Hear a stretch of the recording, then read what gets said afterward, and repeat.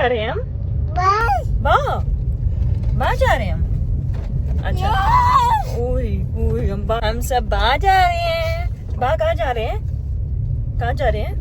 बाहर क्या करने जा रहे हैं? घूमी घूमी करने जा रहे हैं हम घूमी करने जा रहे हैं। अच्छा सबको बाय कर दे दो बाय। उत्तराखंड के इस पवित्र स्थल तक पहुंचने के लिए आपको कई खूबसूरत रास्तों से होकर गुजरना पड़ेगा और आज हम आपको उसी यात्रा पर लेकर चल रहे हैं। अगर आप दूर दराज से आ रहे हैं तो जागेश्वर धाम पहुंचने का सबसे तेज़ तरीका है हवाई यात्रा। सबसे नज़दीकी हवाई अड्डा पंतनगर एयरपोर्ट है जो यहाँ से लगभग 150 किलोमीटर दूर है। पंतनगर से आपको टैक्सी या बस द्वारा अल्मोड़ा तक जाना होगा और फिर वहाँ से जागेश्वर धाम की यात्रा कर सकते हैं। अगर आप ट्रेन से यात्रा करना चाहते हैं तो सबसे नज़दीकी रेलवे स्टेशन है काठगोदाम रेलवे स्टेशन जो लगभग 125 किलोमीटर दूर है। यहाँ से आपको टैक्सी या लोकल बस मिल जाएगी जो आपको अल्मोड़ा और फिर जागेश्वर धाम तक ले जाएगी। अगर आप सड़क मार्ग से यात्रा करना चाहते हैं तो उत्तराखंड के प्रमुख शहरों जैसे नैनीताल, अल्मोड़ा या हल्द्वानी से सीधे जागेश्वर धाम के लिए बसें और टैक्सियां उपलब्ध हैं। अगर आप खुद ड्राइव करके आना चाहते हैं तो ध्यान रखें कि पहाड़ी रास्ते घुमावदार होते हैं, इसलिए गाड़ी आराम से चलाएं। साथ ही अगर आप मॉनसून में यात्रा कर रहे हैं तो सावधान रहें क्योंकि बारिश के कारण रास्ते में फिसलन हो सकती है। और हाँ, यात्रा के दौरान बीच बीच में रुककर इन खूबसूरत नज़ारों का लुत्फ उठाना न भूलें। यह जगह वाकई में मन को शांत करने वाली होती है।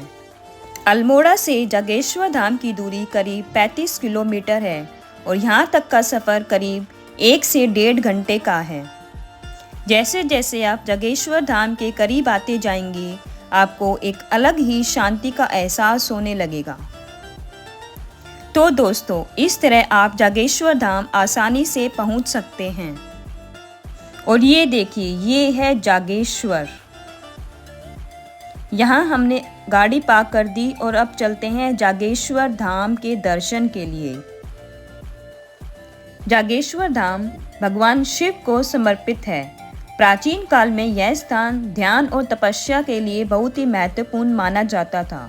ऐसा कहा जाता है कि यहाँ भगवान शिव का प्राचीन ज्योतिर्लिंग स्थापित है जो कि दुनिया के 12 ज्योतिर्लिंगों में से एक है।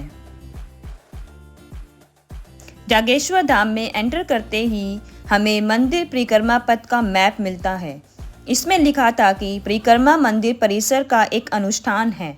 सबसे पहले ब्रह्मकुंड में स्नान के बाद नीचे लिखे गए क्रम में पूजा करनी चाहिए। सबसे पहले ब्रह्मकुंड स्नान, मंदिर में एंट्री मेन गेट से, श्री ज्योतिर्लिंग जागेश्वर मंदिर, हनुमान मंदिर, पुष्टि माता मंदिर, मृत्युंजय मंदिर, हवन कुंड, केदार मंदिर, कमल कुंड, बटुक भैरव। इस क्रम में हमें पूजा करनी चाहिए। श्री ज्योतिर्लिंग जागेश्वर मंदिर के गर्भगृह में स्थापित शिवलिंग को ज्योतिर्लिंग के रूप में पूजा जाता है। यहाँ पर आने वाले श्रद्धालु भगवान शिव की विशेष पूजा अर्चना करते हैं। यह माना जाता है कि इस शिवलिंग के दर्शन करने से भक्तों की हर मनोकामना पूरी होती है और जीवन में आने वाली सभी बाधाएं दूर होती हैं। पुष्टि माता मंदिर जागेश्वर धाम के प्रमुख मंदिरों में से एक है। यहाँ माँ पुष्टि की पूजा की जाती है जो कि समृद्धि और जीवन में पॉजिटिव एनर्जी का प्रतीक मानी जाती है। भक्त यहाँ माँ की कृपा पाने के लिए आते हैं ताकि उनके जीवन में सुख, समृद्धि और शांति बनी रहे।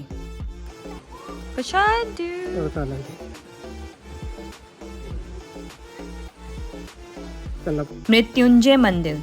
मृत्युंजय का अर्थ है मृत्यु पर विजय पाने वाला। यह मंदिर महामृत्युंजय मंत्र के लिए प्रसिद्ध है जो रोग, भय और अकाल मृत्यु से सुरक्षा और उपचार प्रदान करने वाला माना जाता है। यहाँ हर साल हजारों लोग आकर भगवान शिव का आशीर्वाद और आध्यात्मिक मार्गदर्शन प्राप्त करते हैं। केदारनाथ मंदिर में भगवान शिव को उनके रुद्र रूप में पूजा जाता है। यहाँ पर विशेष रूप से शिव भक्त महामृत्युंजय मंत्र का जाप करते हैं। यहाँ शिवरात्रि और श्रावण मास में विशेष पूजा होती है। लोग यहाँ शिवलिंग पर जल चढ़ाते हैं और महामृत्युंजय यज्ञ में भाग लेते हैं। बटुक भैरव भगवान शिव के भैरव स्वरूप का ही बालक रूप है। बटुक भैरव की पूजा मुख्य रूप से सुरक्षा के लिए की जाती है। ऐसा माना जाता है कि बटुक भैरव अपने भक्तों को बुरी शक्तियों और नेगेटिव एनर्जी से बचाते हैं।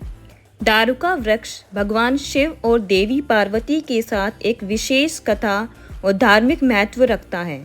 यह वृक्ष न केवल भगवान शिव की पूजा में महत्वपूर्ण है, बल्कि यह देवी पार्वती के साथ भी गहराई से जुड़ा हुआ है। एक पुरानी कथा के अनुसार एक राक्षसी का नाम दारुका था। उसने भगवान शिव को प्रसन्न करने के लिए कठोर तप किया। उसकी तपस्या से प्रभावित होकर भगवान शिव ने उसे दर्शन दिए और उसकी इच्छाओं को पूरा करने का आश्वासन दिया। दारुका ने भगवान शिव से यह इच्छा की कि उसे एक विशेष शक्ति मिले, जिससे वह अपने राक्षसों के साथ अन्याय न कर सके।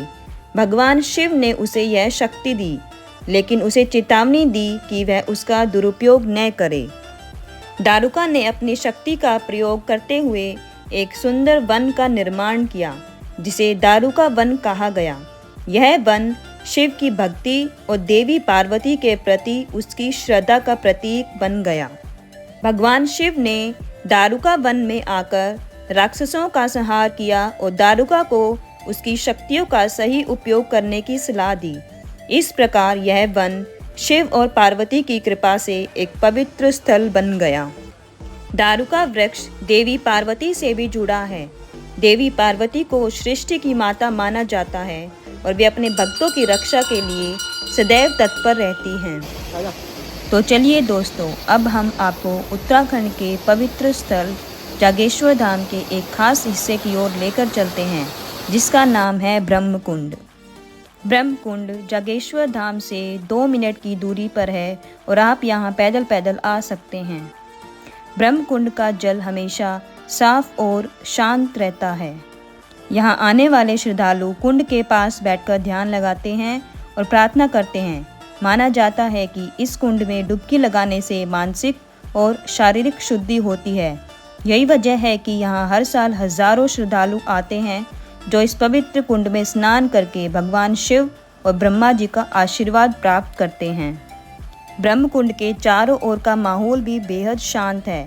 आप यहाँ की हवा में एक अलग ताजगी महसूस करेंगे।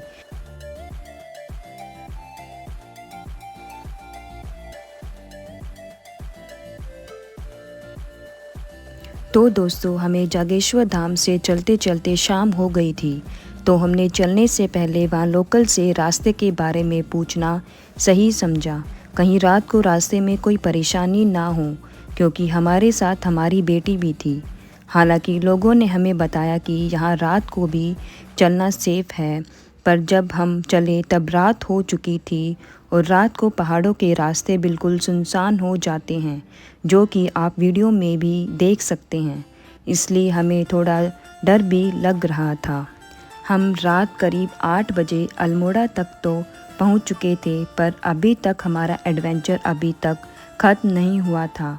वहाँ पुलिस ने आगे जाने के लिए रास्ते बंद कर रखे थे, क्योंकि अल्मोड़ा में नंदा देवी फेस्टिवल चल रहा था। हालांकि पुलिस ने हमें अच्छे से रास्ता समझाया, पर हमें वहाँ के लोकल रास्ते नहीं पता थे, तो हम थोड़ा रास्ता भटक भी गए और हम वापस अल्मोड़ा का आधा राउंड काट के दूसरे रास्ते से जाना पड़ा, जिसमें हमें 1 घंटा एक्स्ट्रा लगा। हमें शायद और समय लगता, पर हमें रास्ते में सज्जन व्यक्ति मिले, जिन्होंने हमें सही रास्ता दिखाया और अपने पीछे आने के लिए कहा और हमें बिल्कुल हमारे KMVN tourist rest house Almora के रास्ते तक पहुंचाया। क्योंकि रात बहुत हो चुकी थी, तो हमने शहर में और ना घूमना ही सही समझा और खाना खाकर फिर सीधे हम अपने रेस्ट हाउस सोने चले गए। तो फ्रेंड्स, कमेंट्स में ज़रूर बताना कि आपको जागेश्वर धाम का हमारा ये एडवेंचरस व्लॉग कैसा लगा, क्योंकि आपके लाइक्स और कमेंट्स हमारे लिए बहुत मायने रखते हैं। इससे हमें मोटिवेशन मिलती है और भी ऐसी वीडियोस बनाने के लिए। तो जाने से पहले मेरे चैनल को लाइक करें, शेयर करें और सब्सक्राइब करें। मिलते हैं अगले व्लॉग के साथ। बाय।